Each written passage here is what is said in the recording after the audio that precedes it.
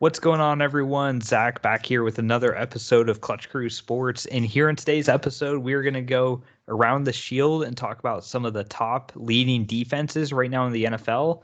So we're going to talk about the best defenses that we've watched.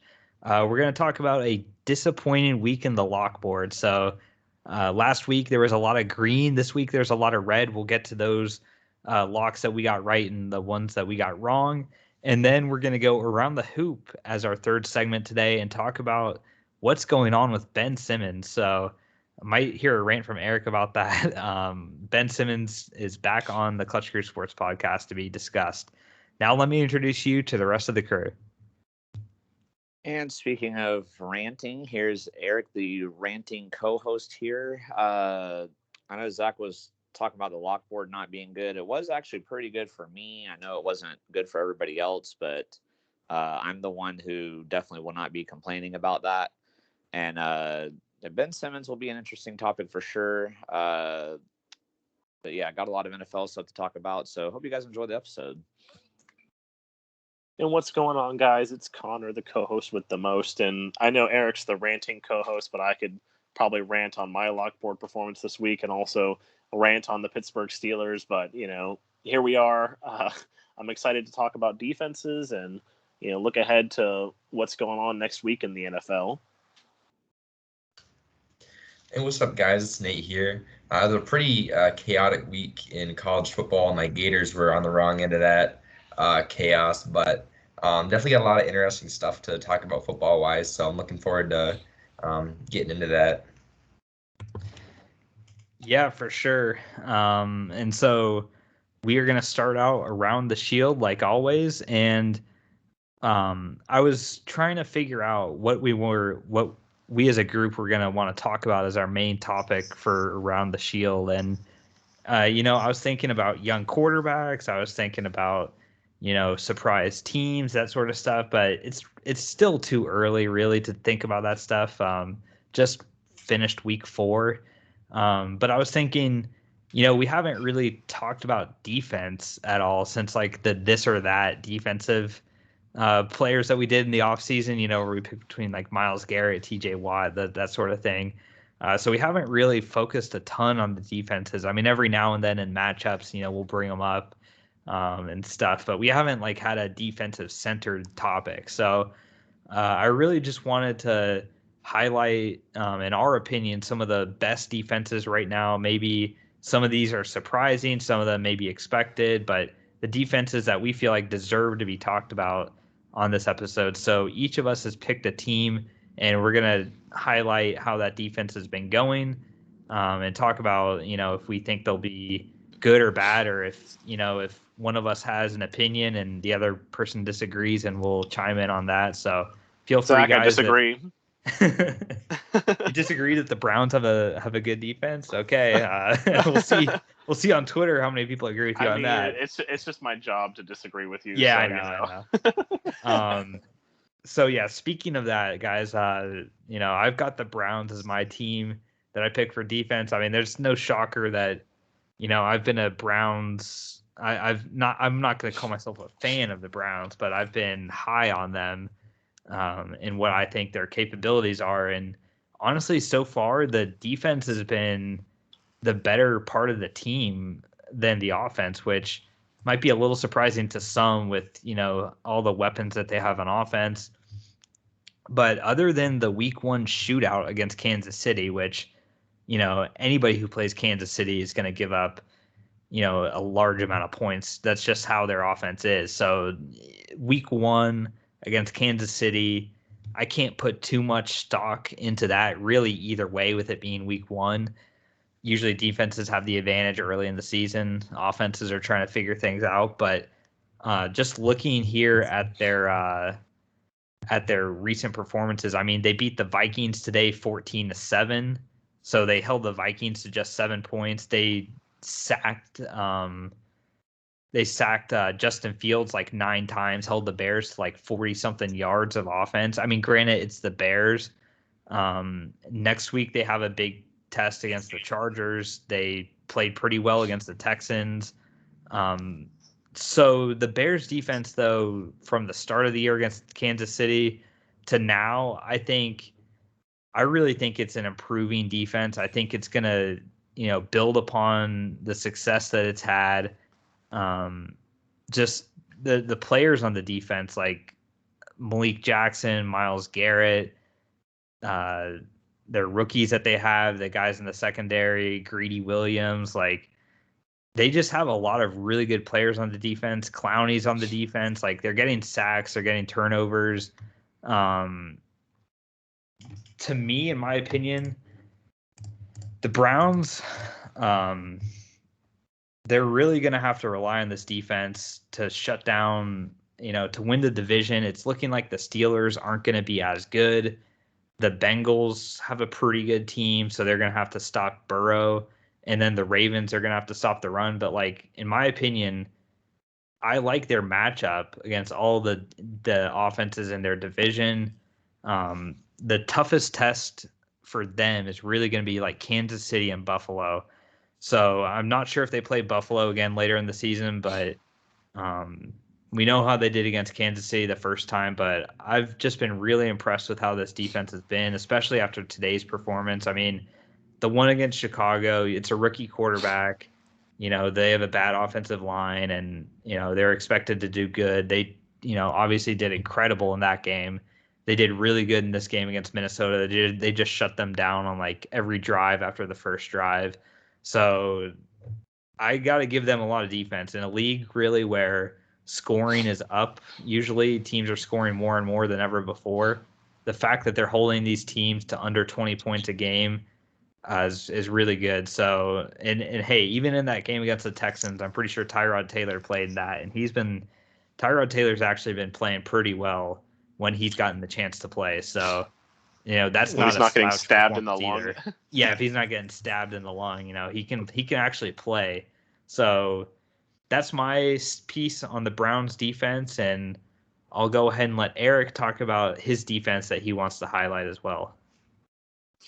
Yeah, so the defense that I picked was more of a surprise pick, and that's going to be the Dallas Cowboys. The reason why I wanted to pick them and highlight them is because, well, obviously, Susan is a big Cowboys fan. Obviously, that's her team, and so I root with, I root with them, with her, and everything. But I've been very critical of their defense because last year their defense was just so bad. They were one of the worst in the league, and I felt like on paper that other than drafting Micah Parsons, I felt like they really hadn't changed much, and I figured they were going to be heading down that same path, but they have really surprised me. I mean, Trayvon Diggs is the way he's playing right now.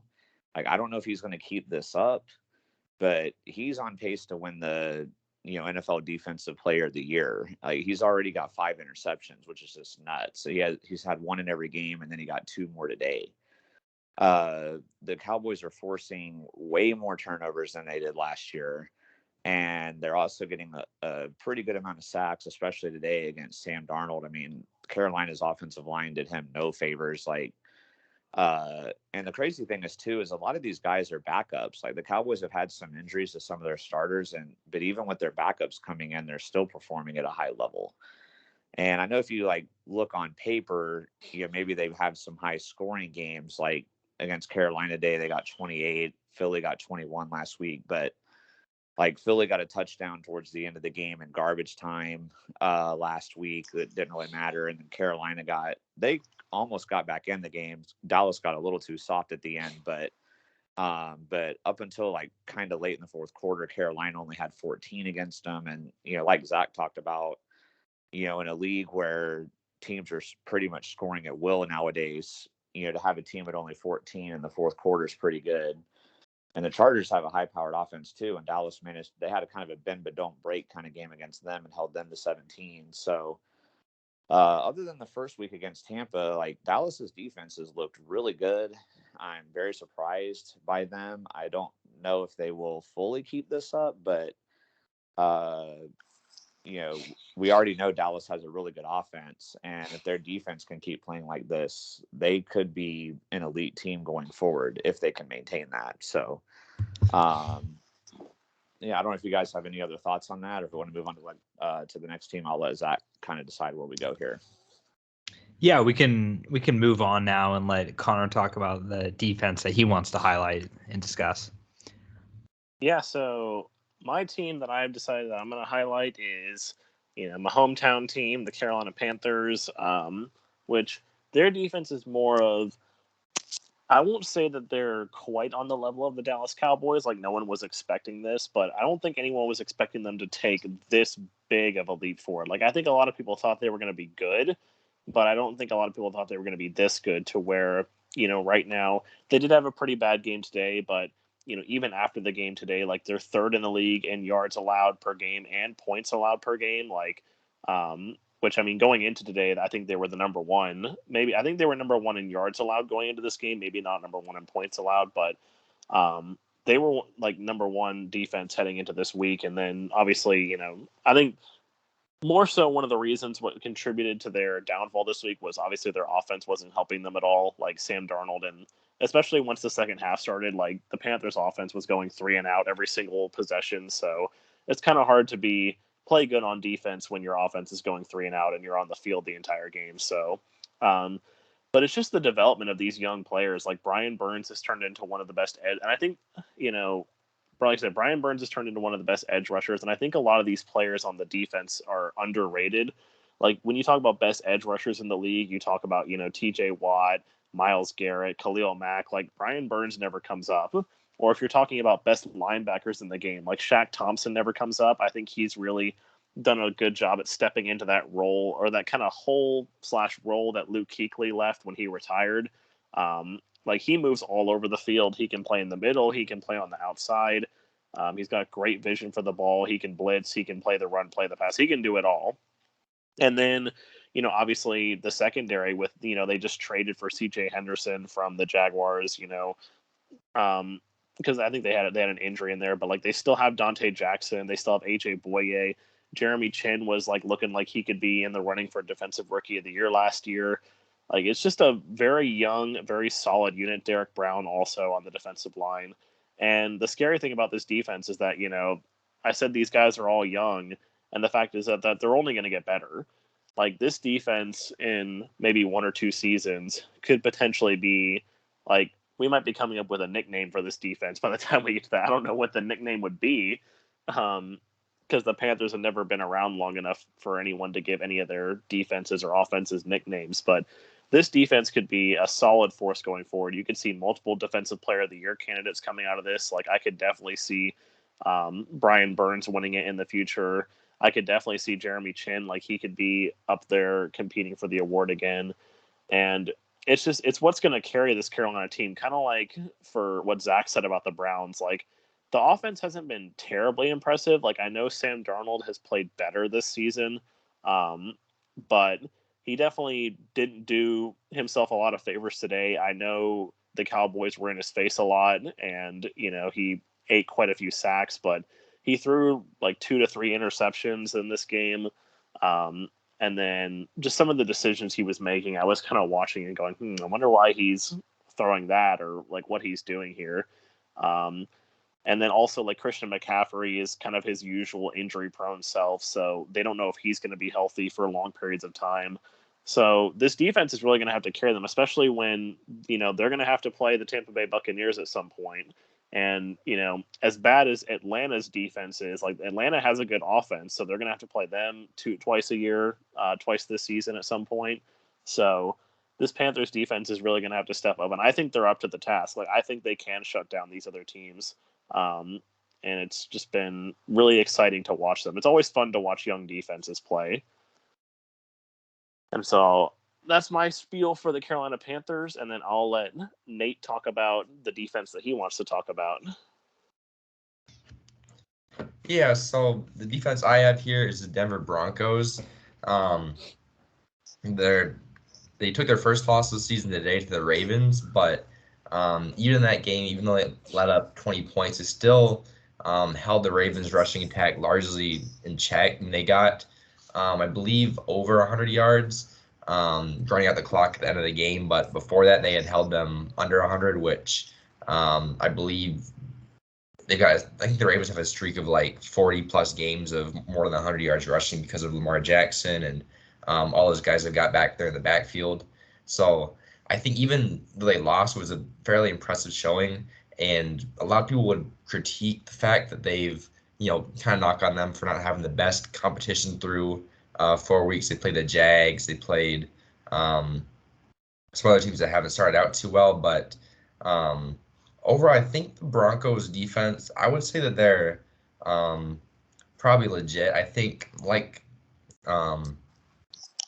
part of the issue for them is that their offense has been not very great, which kind of when your offense isn't doing as good, it kind of puts more pressure on the defense to make things happen. And I think they've been in a lot more like close games and had to deal with some of that. But I think the pieces they have with like Pat Surtain and Von Miller looks like his old self through the first few games. I do think they're a pretty dangerous team. Plus the fact that they play in Mile High Stadium, which you talked about, is a tricky place to go in and play as an opposing offense to begin with. So I think, kind of keep it brief here, but I do think that they are legit, even though they haven't played the toughest schedule through 4 weeks. I think that going forward, they can, potentially test. They've got a division where they're really going to need to step up, kind of like what Connor was talking about with the Panthers.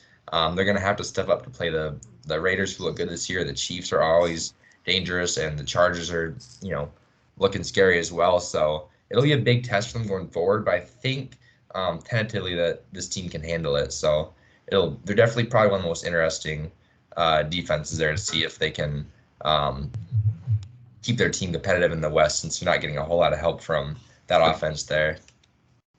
Yeah, and definitely too, like the Broncos had a lot of injuries last year on defense, and I feel like now they're much healthier, and you're seeing like their full potential, as well as getting Surtain in the draft. He's looking like a stud already. So I think all four of these defenses are really up and coming, and some of these are more surprising than others. But they're all these are all pretty good teams. They're all teams with winning records. So that's a theme. Like you do need a good defense. It's not just offense. Like none of us picked like an 0-4 team on this. Like so. You can see a difference in the record with like the Washington football team example last year. Like they had one of the best defenses last year, but what's their record now? Like 1-3. So they just got their first. Well, no, I think they're 2-2 actually. They're 2-2 now. Oh, they're 2-2. Okay. Because they beat the Giants and then they beat the Falcons this week. Yeah, but their defense hasn't been good either. So no. I mean, that's why they. There's a reason why they got dropped from our fantasy team. What I was gonna say is, like, we were talking about the best defenses, but is Washington not like the most overhyped, overrated defense going into a season ever? Like, I mean, I don't know if I would say that they were the maybe most not ever, but like overrated, overhyped. But like, I definitely think they'd be the most disappointing. Is probably the more word I would use. Like, I know because I'd have to look at what they did this week, but literally through 3 weeks before this week, they collectively put up like 2 fantasy points because it was something ridiculous. They gave up 30 to Atlanta, so like right. And I was saying like it was something ridiculous too, to where like the first 2 weeks they had put up like 4 points each week, and then week 3, back to our fantasy thing last week, they had -6. So like that took your collective total down to 2. So so they've got 6 total points, at least according to Yahoo. I know like our sleeper in Yahoo point settings are a bit different, but on Yahoo they have a total of 6. Wow. And by most they were, I would say in most fantasy leagues, a top 3 defense taken by fantasy football leagues. It was like them, the Buccaneers, and the Rams were like the top 3. So yeah, that defense has definitely been disappointing. I would say honestly too, the Jaguars like 2018 defense was pretty disappointing. Like after that incredible season they had, everyone's like, oh my God, this is like, the next Seattle defense. This is the best defense ever. And yeah, they were like comparing them to Seattle's defense from a couple of years ago, and then that completely just fell apart. The Bears, I think, had a really good defense that year that they made the playoffs, and then they weren't as good, but they were still respectable, Yeah, they didn't fall off entirely. I know, I remember the thing with the Jaguars, they were kind of like the Washington this year. I can't remember if it was you or if it was your or our uncle or Eric's dad that took them super early on our fantasy draft the next season.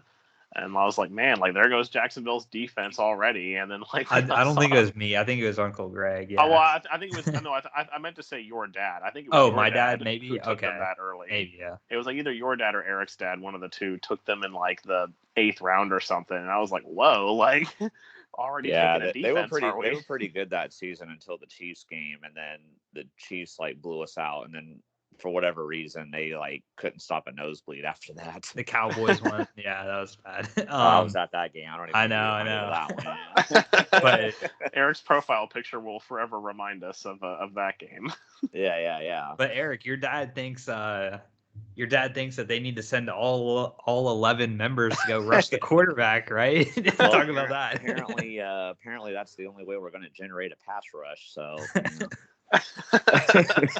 That was something he said at the game. It sounds like he's trying to say what we used to do in Madden for fun, call the field goal block and see if you could get to the quarterback before he got the throw off. Mm-hmm. Oh boy! All right, guys. So week 4 is behind us now. Moving on to week 5, and we're gonna pick 3 games to highlight and talk about the matchups and make our predictions on them. So we have 3 unique games to talk about, and I'll start with the first one, Packers at Bengals. So this is a surprise. You wouldn't have thought about this looking at the list. Maybe Rams and Seahawks might be more intriguing, but I really think Packers and Bengals on the 1:00 docket is going to be the game to watch. It's going to be at Cincinnati. So Packers are going to Cincy. And the Bengals are off to one of their best starts in years. The Packers, they've seemed to recover a bit from that week 1 disappointment to the Saints in Jacksonville, and it's going to be real interesting, I think, to watch. I think Cincinnati needs this win more than the Packers do. The Packers still have the benefit of the NFC North. The Bengals have the AFC North to deal with, but the Bengals, they got that win against the Jaguars on Thursday night. That was crazy how they had, I think Joe Buck was saying it. They never had the lead in that game until the final seconds where they made that game-winning field goal. So the Bengals, they've won in a couple different ways now.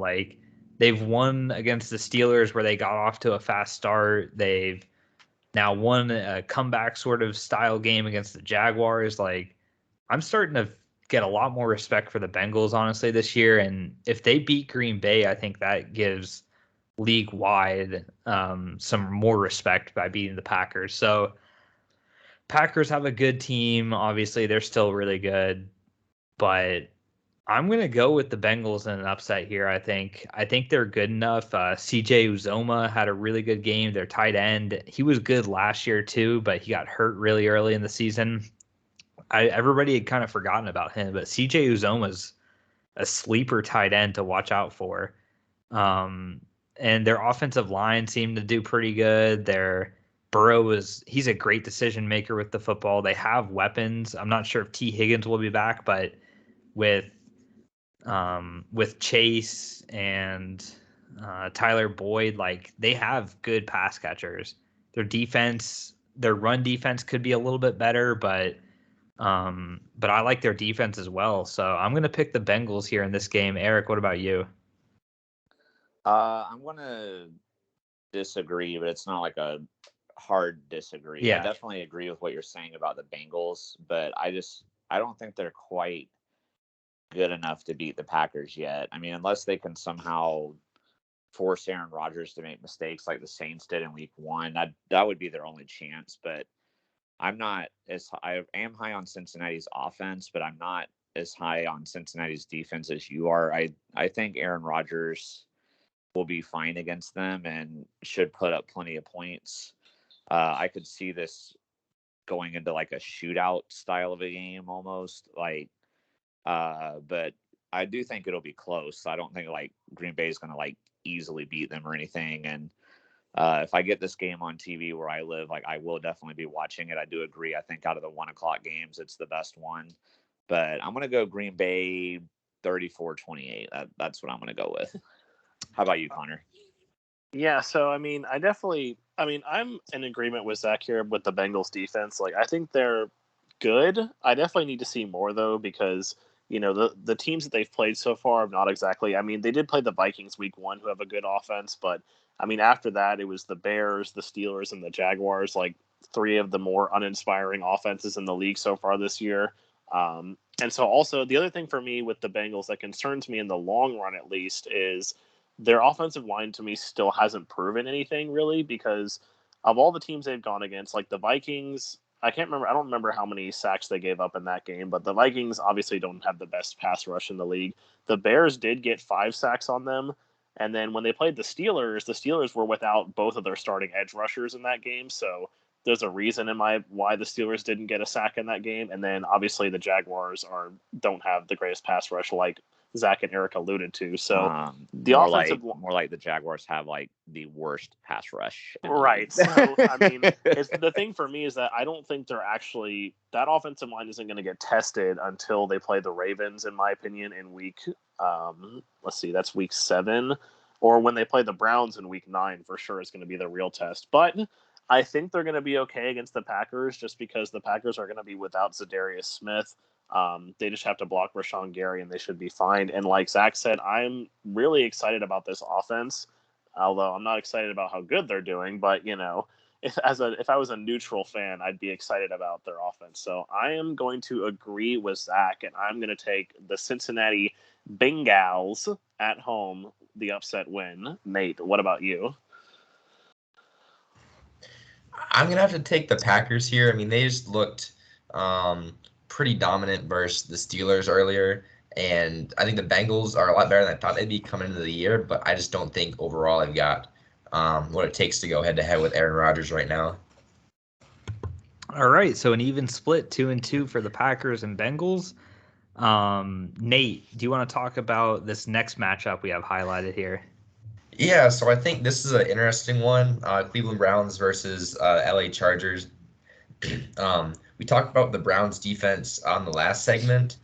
They've been very strong through the first 4 weeks. And I think this is really their biggest test so far, is this LA offense that has looked a lot better this year. Justin Herbert's taken a step forward in the second year. They've got a bunch of weapons in Keenan Allen, Mike Williams, and Austin Eckler.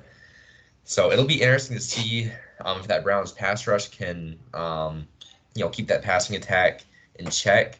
And on the other side, I think Browns offense didn't look too hot at all today versus the Vikings. Baker Mayfield, my MVP pick for him, is starting to really not look great. He didn't look too good today either.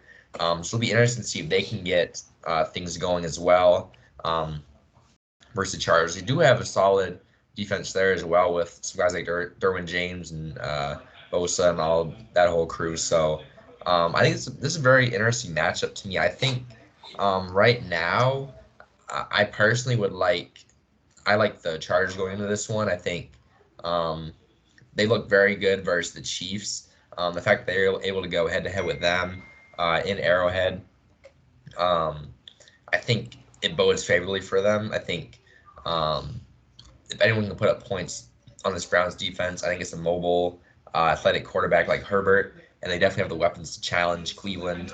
And I just haven't seen enough out of them, especially out of Baker Mayfield through the first few weeks, just to say that if the Chargers get rolling, I don't know that the Browns will necessarily be able to keep up. So I'm going with the Chargers, but I think it's definitely, for me at least, probably the most interesting matchup to see where both of these teams really are.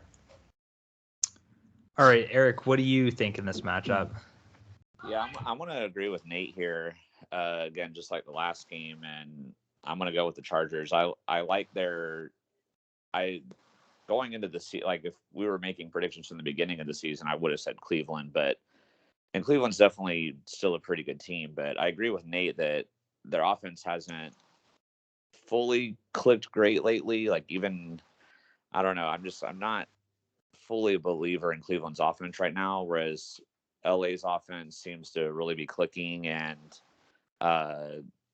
like Nate said, they did really great against the Chiefs too. So anybody that can beat the Chiefs, you're on my radar. So I'm gonna go. I think it'll be close. I'm gonna go Chargers 24-20. All right, I didn't know we were all doing score predictions here, and Well, that's I guess okay. I think Eric's the only one that's done it, really. Yeah, okay. I'll go ahead and say my piece on this. I talked about the Browns defense. I'm gonna pick them to win the game. I think you guys aren't sold on Cleveland. Like for me, still, I'm just not 100% sold on the Chargers. I do think they're very good, obviously, but I don't know. I think going up against because the Chiefs, you guys talk about the Chiefs, but like their defense is really bad. And the Chargers, I think they are going to play in a low scoring game. And another thing too, historically with the Chargers, and I know Chargers fans are going to know this too. If it's going to come down to a field goal at the end, if the last 2 minutes of a game, stuff happens to the Chargers. Like they get touchdowns taken off the board for penalties. They give up major penalties. Like they are a team that can be winning the whole game and then lose it at the end in any sort of fashion. Like that's just how the Chargers are. I don't trust their kicking game at the clutch moments. Like, so I'm going to go with the Browns. I think it's going to be close, but I've seen the Chargers lose so many close games to be wary of picking them. What say you, Connor? Well, I'm clearly not doing my job on this podcast because I'm actually going to agree with Zach again on this one. For me, the biggest difference in this game is the Browns defense. Like the Chargers offensive line is not very good despite the upgrades that they've made this past offseason. And I mean, I saw even against the Chiefs, like the Chiefs, who have one of the worst pass rushes in the league, were still getting to Justin Herbert. And, especially put that now against Myles Garrett and this Browns pass rush, like they're going to disrupt this Chargers offense a lot. And like, I like this Chargers offense. I think Justin Herbert's really good. Us on the podcast, we're all really fans of Austin Eckler, but I think the Browns are going to throw off the Chargers' rhythm, and I'm going to take the Browns to win this game. All right, and let's go now to the Sunday night football matchup. Connor, talk about this rematch from the playoffs last year and what you're going to be looking forward in it. Yeah, so this is obviously interesting because it's a rematch of the AFC Championship game last year. The same circumstances as well. It's going to be at Arrowhead, Bills and Chiefs. And I'm excited for this one just because, I mean, the Bills, they seem like they've really bounced back really well after that week 1 loss to the Steelers. They've put up 35-plus points in each of the past 3 games. Like, their offense is looking fantastic.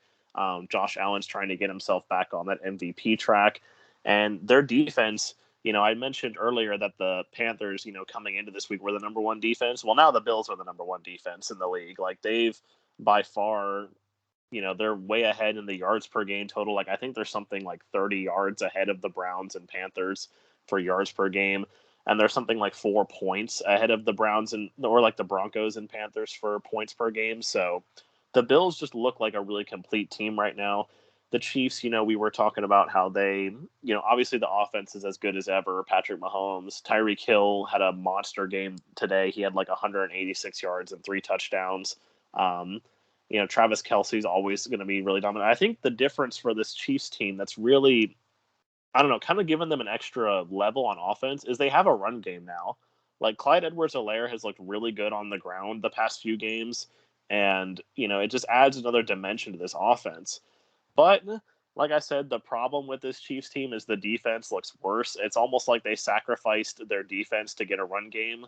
And, if, in my opinion, if I was a head coach, I would rather have a defense than, with this Chiefs offense, obviously, I know it's important to have a run game. The Steelers proved that not having a run game is bad. But in this Chiefs system, I would have rather sacrificed the run game and kept the better defense if I was them. because Patrick Mahomes is going to put up points whether he has a run game or not. So in my opinion, I'm going to have to take the Bills on the road in this game. I know they're going to be the underdogs, so I'll call it an upset. But I just think that they're the more complete team right now. Honestly, to me, the Bills, they look like they've taken over the front-running spot in the AFC from the Chiefs, in my opinion, at this point in the season, given what the Chiefs have looked like through 4 weeks. Eric, what about you? Yeah, this is another one like beginning of the season, I would have made a certain pick, but now that we are a few games into the season, I'm changing it. I've been one of the biggest, Chiefs, believers, like how Zach's been a believer in the Browns. I've always been a big Chiefs believer since we started this, since we started the podcast. But I'm gonna agree with Connor here and take the Bills because, when you look at both sides of the ball, obviously both teams have really good offenses, and I still think the Chiefs offense is slightly better than the Bills offense, mainly due to the running game that they have now, like Connor mentioned. But the problem for me for the Chiefs is that the Bills defense is definitely way better than the Chiefs defense. And while I think this is going to be a high scoring game, I think the Bills defense is going to stop the Chiefs, just enough, to get that edge at the end. So I'm going to make another score prediction. I'll say Bills win 38-31. So All Zach, right. how about you, man? Yeah, so I guess Connor and I are going to go 3 for 3 in this episode on picks, agreeing with each other. So I said I'm not doing my job, clearly. Yeah, so I'm going to go with the Bills as well. Just, it's tough that they have to go to Kansas City like that.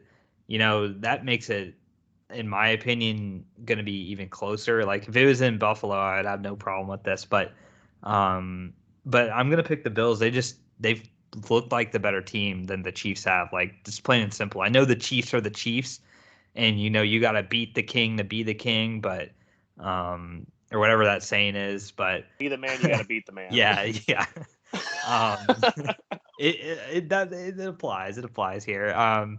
So the Bills, I think also too, like they're going to be extra motivated in this, like since they lost, kind of how, the Jags and Patriots had this a couple years ago where, the Patriots beat them in the AFC Championship game. And then the next year, the Jags beat them in the regular season. Like I could totally see that happening again too. The Bills, they want to beat the Chiefs. Like they haven't beaten them yet. And it's a big test to do it against Mahomes, but I think they get it done ultimately. Nate, what say you?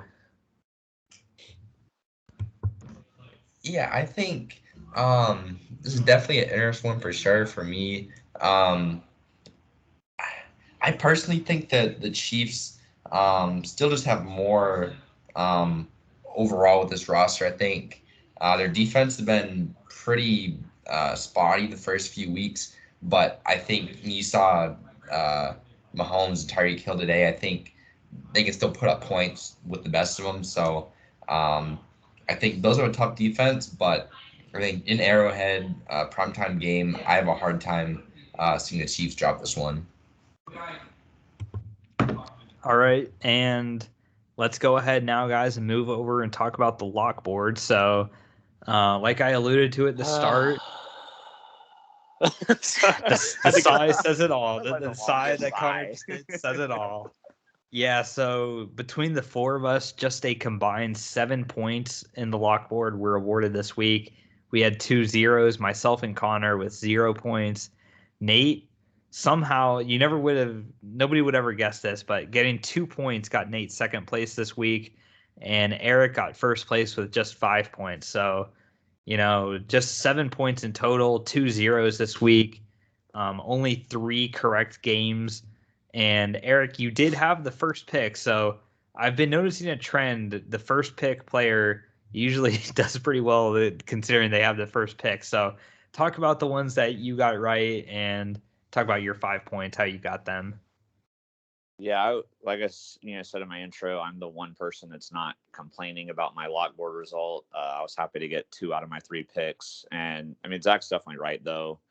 It is a nice advantage to have the first overall pick in this. You're able to look at all the matchups and whichever one you're absolutely most confident in, like you're guaranteed to get it. So that always helps.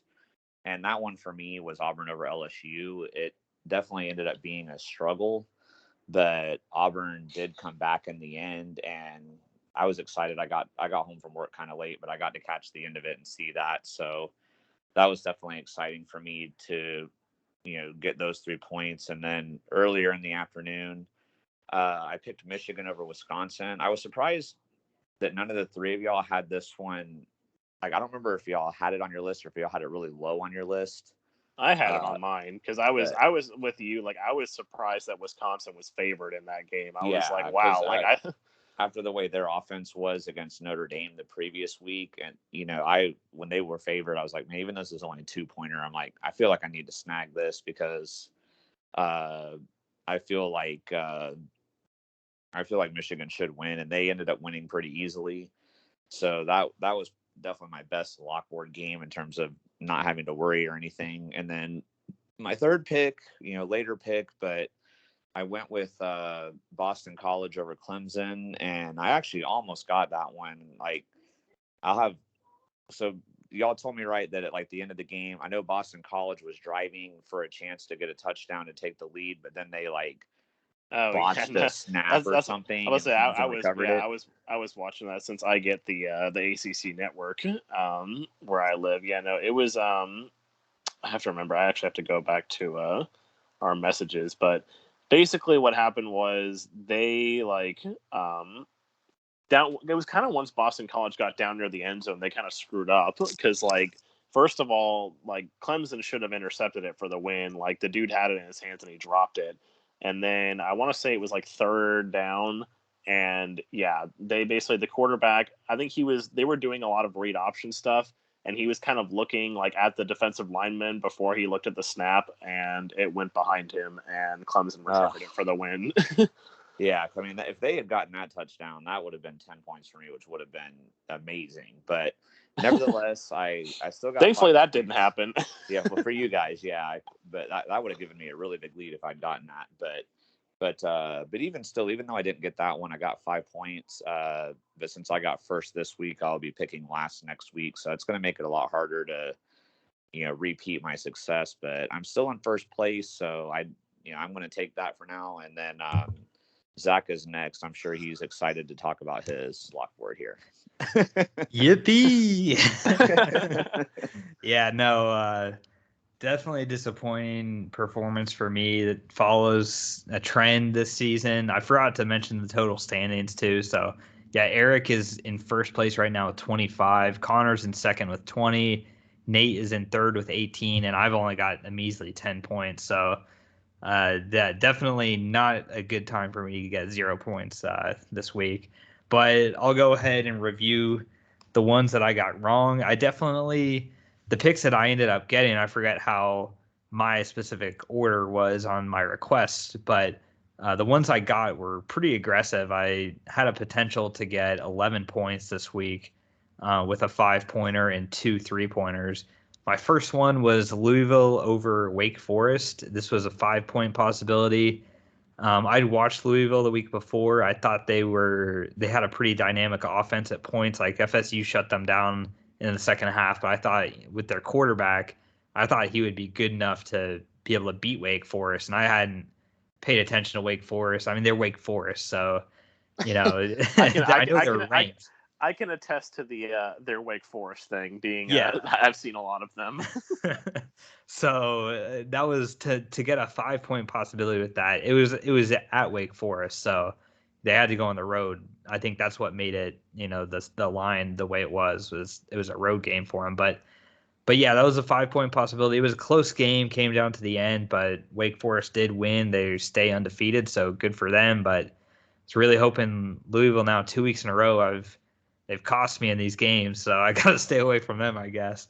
And then the next one, going back again the next week, or the week before, I meant to say, Baylor. They got me 5 points last week. I was like, okay, sweet, I can maybe get points from them again. So I had them picked up high, and I got them in round 2. Zach was trying to take the BYU strategy that I had. I know. I BYU for Connor and me for Baylor, but no, Baylor, they lost. It was a close game. but they just couldn't stop OK State at the end. And the Cowboys won that one. So I lost 3 points on that. And then in the NFL, I forget where I had this one was much lower down, I think, on my list, but I thought maybe the Steelers could beat the Packers. I'm still not 100% on board with the Packers this year. And the Steelers are one of those teams that's their defense could be really good and they could really shut down Aaron Rodgers and maybe their offense gets it together. A lot of wishful thinking, but Green Bay. You're a lot better thinking that the defense is going to shut him down than thinking the offense is going to get it together. Because I don't know if that's going to ever happen this season. Yeah, I don't know either. But still, I thought I picked Green Bay to win the game, but I thought upset potential here, 3 points potential, is what ended up happening. But got that one wrong as well. So 0 points for me this week. Connor, talk about also your. I was going to go to Nate first. Okay, Nate, you want to go next? Well, he's next on the list, so that's why I was saying he'd go next. Okay. Yeah, that works. So not kind of a theme here. Not a great week for me either. I tried to play it safe again with my picks. I didn't really like a lot of the 5-point picks. Although I would have, probably made some points. I would have picked them with college.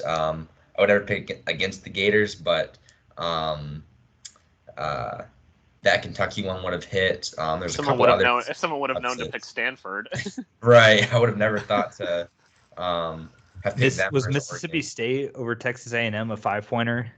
Probably. They so. Yeah, but yeah, a lot of those actually would have hit, but I just didn't feel good about any of those. And even the 3 points, I was a little bit iffy on. I picked some, but I had some on my list, but I didn't get a chance to pick them. So I got these 3 2-pointers, which I felt good about coming in, but Detroit somehow let the Bears walk all over them in Soldier Field today, which I did not see coming after last week's performance by the Bears with net negative yards there. So that was a surprise for me. In Atlanta over Washington, I knew that was going to be a little bit iffy because that's why it was such a close spread. But the way that Atlanta's been putting up points, I thought they would be able to handle Washington, and they did put up a bunch of points today, but that defense just could not handle Washington, which was pretty surprising to me.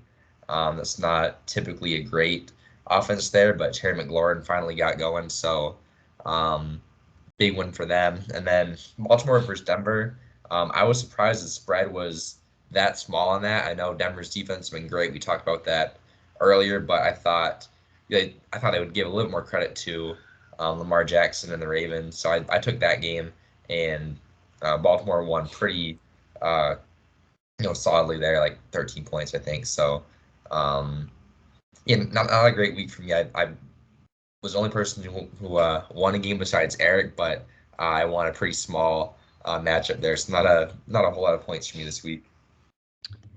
All right, and yeah, Nate, I know we're recording this during the Patriots Buccaneers broadcast, so we've got Around the Hoop next. So you can feel free to put your full attention on that game, and we'll carry on the rest of the episode, man. All right, sounds good.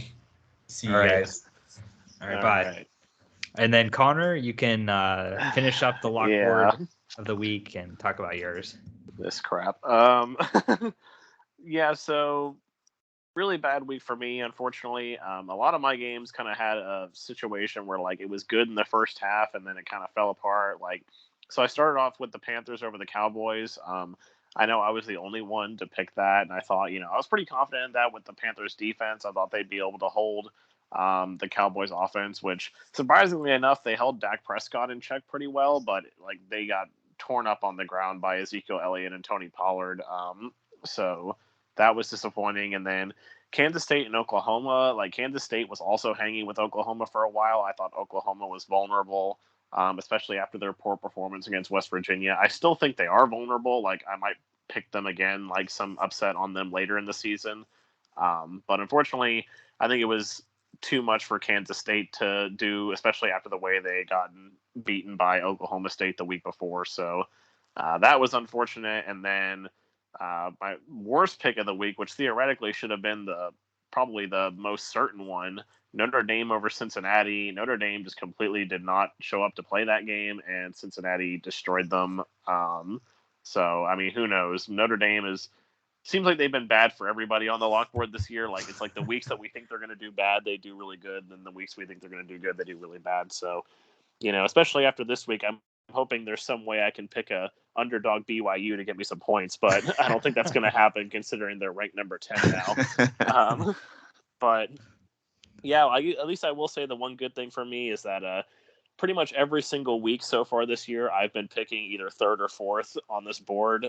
So for once, I'm finally going to get to pick first. So hopefully that'll do me some good next week. Yeah, that's definitely, man, getting that first pick. You're probably going to get one of your picks right, because not only do you get the first pick, but you get the first pick in round 2 and you get the first pick in round 3. So you get those benefits as well. So it's really, really valuable to be picking first. And I was picking second and got 0 points this week, but and I'm actually going to I'm staying at second. So we'll see how that goes next week. But Connor, do you want to give us a fantasy football update in the Podcasters League? Yeah, so, hopefully had another interesting week in the Fantasy Football League. We're currently we're playing the Scotch and Sports podcast. So we're currently down by, I think, does that say 146? Yes, 146. So we're down 146 to 122 at the moment. We still have Austin Eckler to go tomorrow on Monday Night Football. So we need 23 points out of him to get us some good, to get the victory, our first victory of the year. Hopefully we'll see. I thought we were going to win last week until Devontae Adams went and blew up, which unfortunately that was a bit of the problem this week. Was our opponent Scotch and Sports had Tyreek Hill, who put up 53 points, so that was a bit unfortunate. But really just kind of another underperforming week for us. Like Alvin Kamara underperformed again with 14. I was happy I was able to get Dawson Knox off the waiver wire and put him in this week. He got 19 at the tight end position. I thought that'd be good, them playing Houston. Justin Jefferson, funny enough, Eric convinced me to put him back in. I actually had taken him out because I saw they were playing Cleveland, but Eric convinced me to put him back in, which was a good convincing job by Eric because he got 22, so that was good.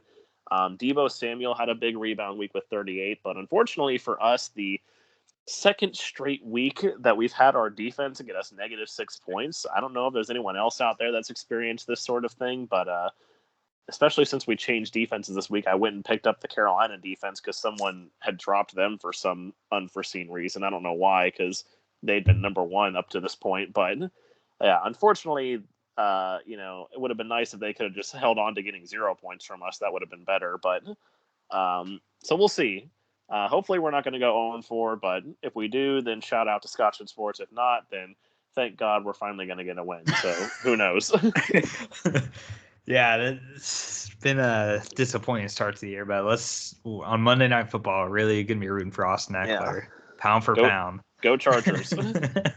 Yep.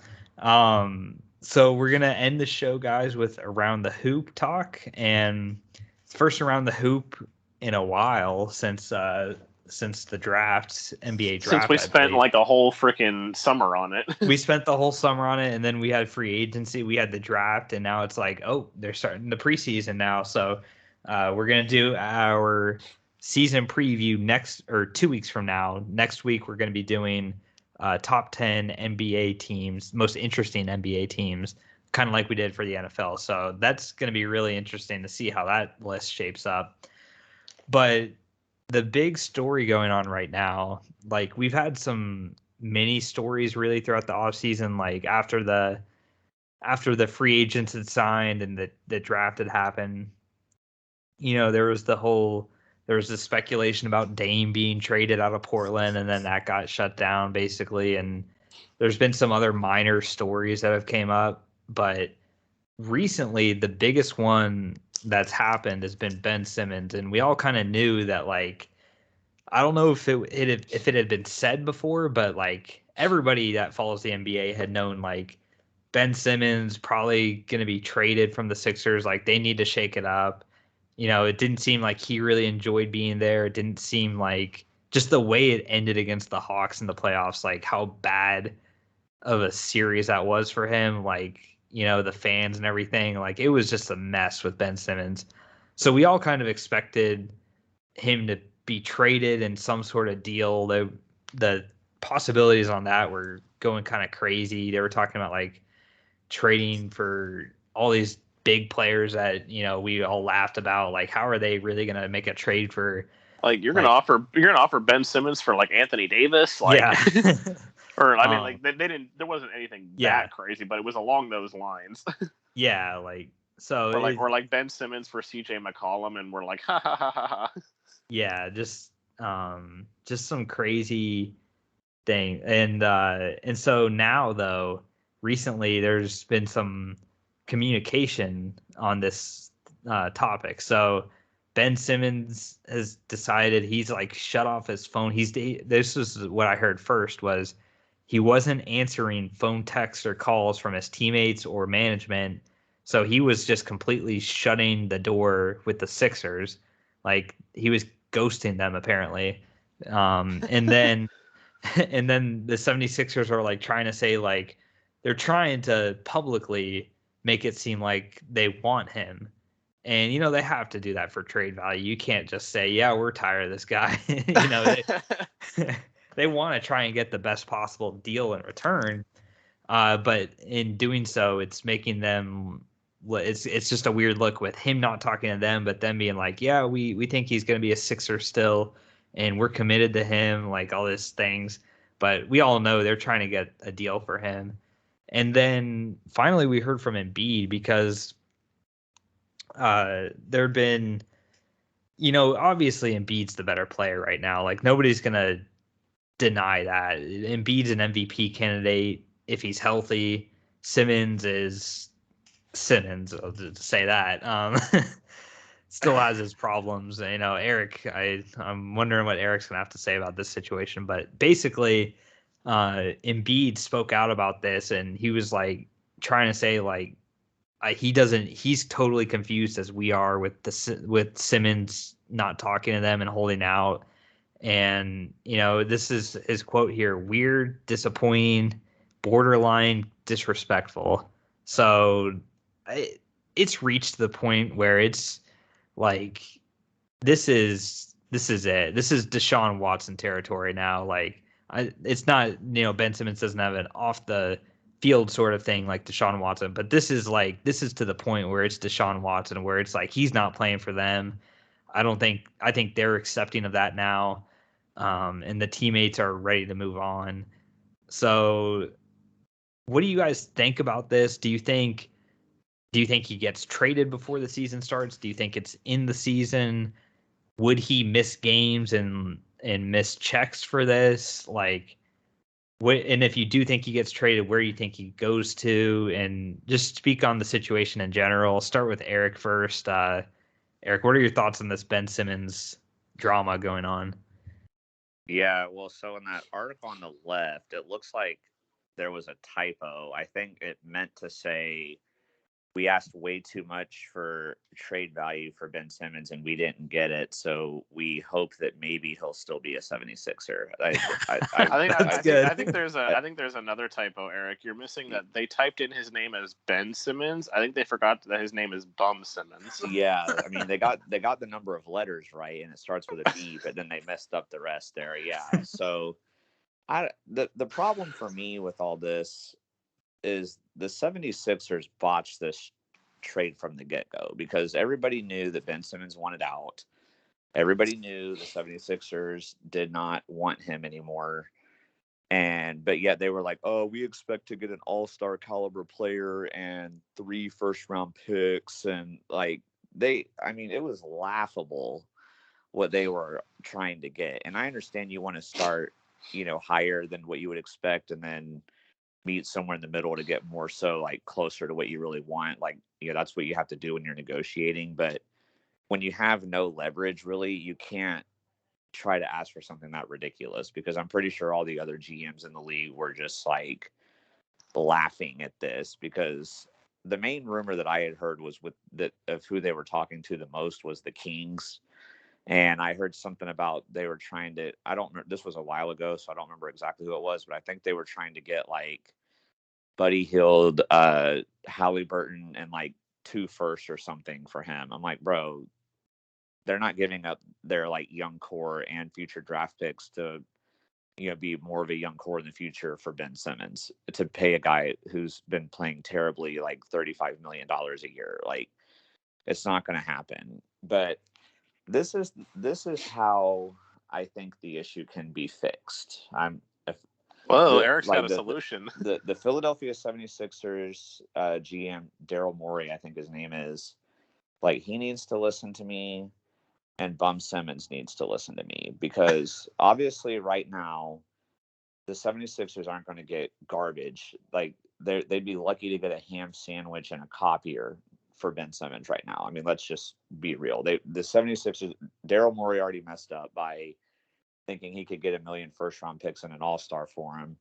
And then Ben Simmons has messed up by saying that he's never going to play for the 76ers again, because if I'm a GM of any of the other 29 teams that might be interested in acquiring him, I don't want to acquire a guy that is literally quitting on his team. I don't want somebody like that on my team. And then also in terms of the relationship with Daryl Morey, I'm not going to trade with a team who's trying to be really ridiculous with their picks. Kind of like that GM in the podcast league that last week that was trying to make us give him Justin Jefferson for like Robert Woods or whatever it was. It's like, come on. Oh, yeah. Like, we're not stupid. Like, like the three of us combined have like over 20 years of fantasy football playing experience. We're not dumb. We're not going to, we're not even going to counter offer that. You know what I mean? Or there was the dude I think that one was like, his trade was somewhat feasible because I know he wanted to give us like something else, but I know the main one for me was, it was in Guillotine. Some dude offered me like, what was it was something stupid. It was something like, Mike Evans. So in the trade, there was Mike Evans and, why am I forgetting this now? I'm like slowing down your segment here, but you're fine. Well, while you think about that, I'll ask Eric this question. Yeah. What do you think has more trade value, Eric? Ben Simmons or a Philly cheesesteak? Ooh, well, I mean, honestly, the way Ben Simmons played in the series against the Hawks, maybe the Philly cheesesteak, Yeah. At least, you get a little bit of satisfaction with that, whereas watching Ben Simmons play as a 76ers fan, you're not really getting. And you have to pay him too. Like, you don't have to pay that Philly cheesesteak. The Philly sandwich, if I was to go to like a, sandwich shop on the street, that's like, $5 to $7, whereas Ben Simmons is costing me 30+ million. So, but anyway, so back to and before you go on, I figured out my trade. So basically, he offered me Tyler Lockett and James Conner and $5, like $5 waiver dollars for Mike Evans and Jonathan Taylor. I'm like, okay, Mike Evans and Tyler Lockett are like pretty even. So basically, it comes down to, you're offering me James Conner and $5 for Jonathan Taylor. Like, what? No. Yeah. So I mean, but that's like what Daryl Morey's been doing. But so back to my solution. So what needs to happen is Ben Simmons and the 76ers organization needs to temporarily come together. Even if neither of them have any interest in each other, they need to temporarily come together. He needs to report to camp. Even if it's not till right before the season starts, report to camp and play in the team's first game week 1. And Ben Simmons needs to show that he can still, play, because when he does feel like playing, he is a good defender. He's a good passer. He'll get you like a lot of easy points in the bucket, with his height and everything. He can play that distributor role. He can still offer a solid value to a team. But the problem is, the last time we saw him play, he was trash. And now he's all like, well, I don't want to be on this team anymore. Like, and he's already on a good team. It's not like, oh, he's on a crappy team and he wants to go win somewhere. Like, he's on a team that if he had played at his full potential, they easily should have got to the Eastern Conference Finals.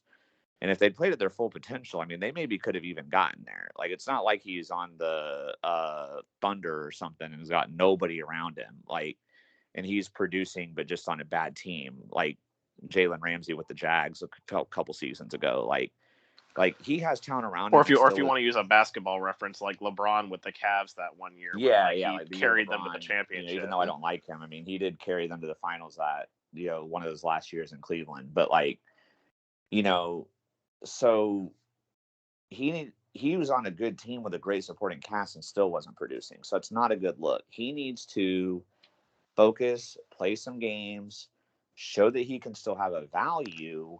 And then when he does that, then some of these other GMs might start calling. And then what Daryl Morey needs to do is not expect to get 3 first-round picks and an all-star caliber, and, you know, just take something decent in return and move on from this. Because as long as Ben Simmons is like holding out and not showing up, and as long as Daryl Morey keeps asking for ridiculous, you know, trade deals, nothing's going to happen. So Daryl Morey, Bum Simmons, if you're listening to this, there's your solution on how to fix the problem.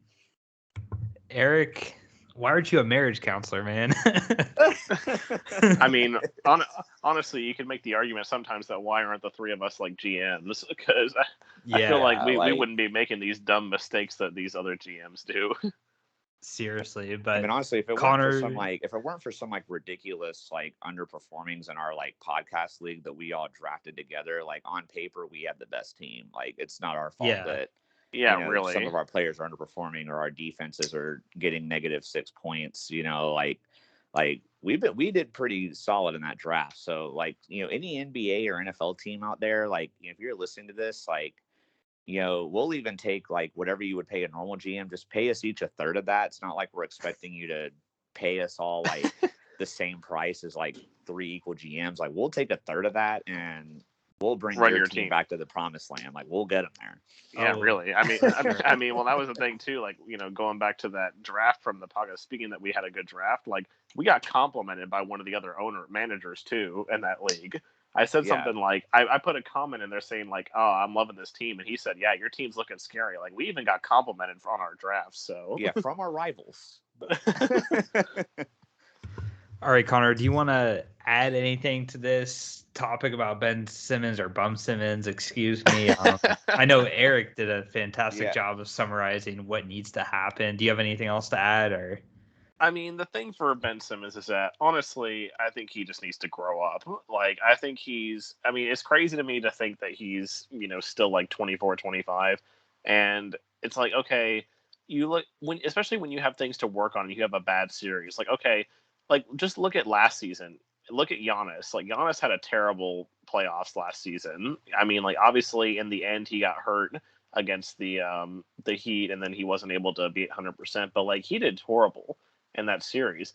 And, you know, it's not like then all of a sudden he came out and like, you know, I mean, it's not the same in the sense that like the Bucks weren't looking to trade Giannis, obviously, like how the Sixers were looking to trade Ben Simmons. But Giannis didn't lose his cool. He didn't be like, oh, you know, like all this criticism I'm taking is unfair and oh, woe is me, like it's so unfair and blah blah blah blah. Like he didn't whine about it. He came back. He played well, and look at him now. He's a Finals MVP, and the Bucks have a championship.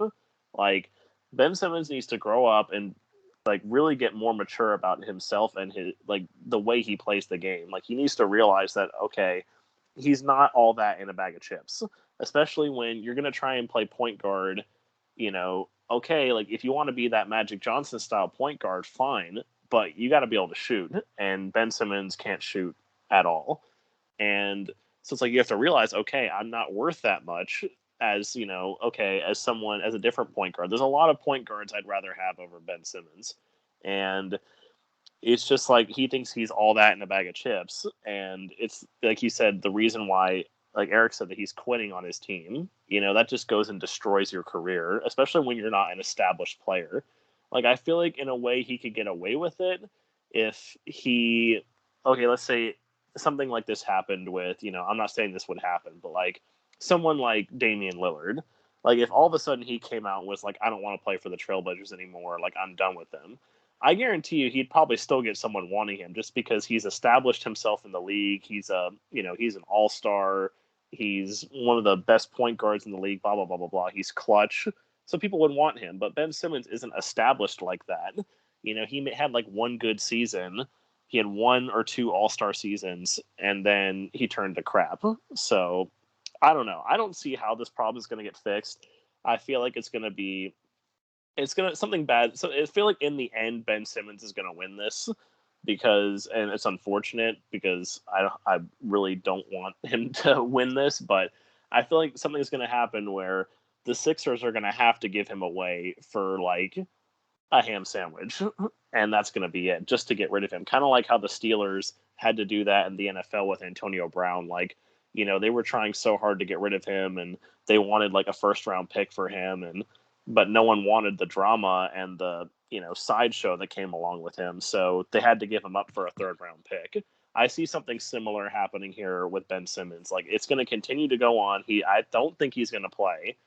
And I think they're going to have to give him up for like a second-round pick and maybe some role player to someone who, is willing to take him. So I don't know. Hopefully they follow Eric's solution, but I don't see it happening. Yeah, I agree with Connor to end things off. Like, I do see him getting traded eventually. I don't think he's going to come back.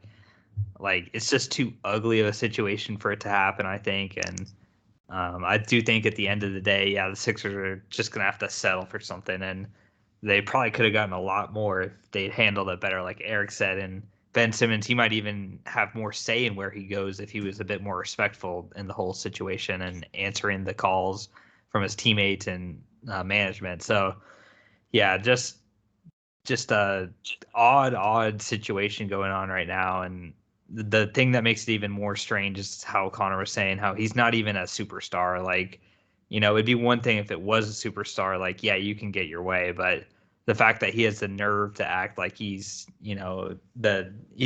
acting like how LeVar Ball was talking up his kids, like on Lonzo Ball, how he was better than Steph Curry and stuff. They could take on MJ or Steph Curry one-on-one. Yeah. So yeah, that's the Ben Simmons update. We'll see if anything happens. Yeah. I will say if they do have to settle for the like ham sandwich and the bag of chips trade, I'm trading him to like the Thunder or some just like really terrible team, and I'm putting him in the worst situation I can possibly can if I'm Philly, like Sacramento, like Sacramento. Detroit. Well, Sacramento's actually they've got a few like they're not a great team obviously, but they do have some young players with potential. Like like I might put them on my interesting teams. Maybe spoil it for next week. I don't know. Trade him to Detroit and Minnesota or someone like that. Yeah. Like trade him to like the worst possible situation. Then I'd be like, okay, if you're going to be petty like that, then Houston. Yeah. Oh God. Yeah. Like my God, dude. Like that. I mean, weren't they trying to trade him for John Wall? Like. Yeah, but. And all right, guys, we gotta cut the episode off somewhere, so let's go ahead and do it now. Thank you to everybody for listening and watching. You can find us on Twitter at clutchcrewsport if you ever want to get in touch with us. And until then, remember, be clutch. Bye. Peace.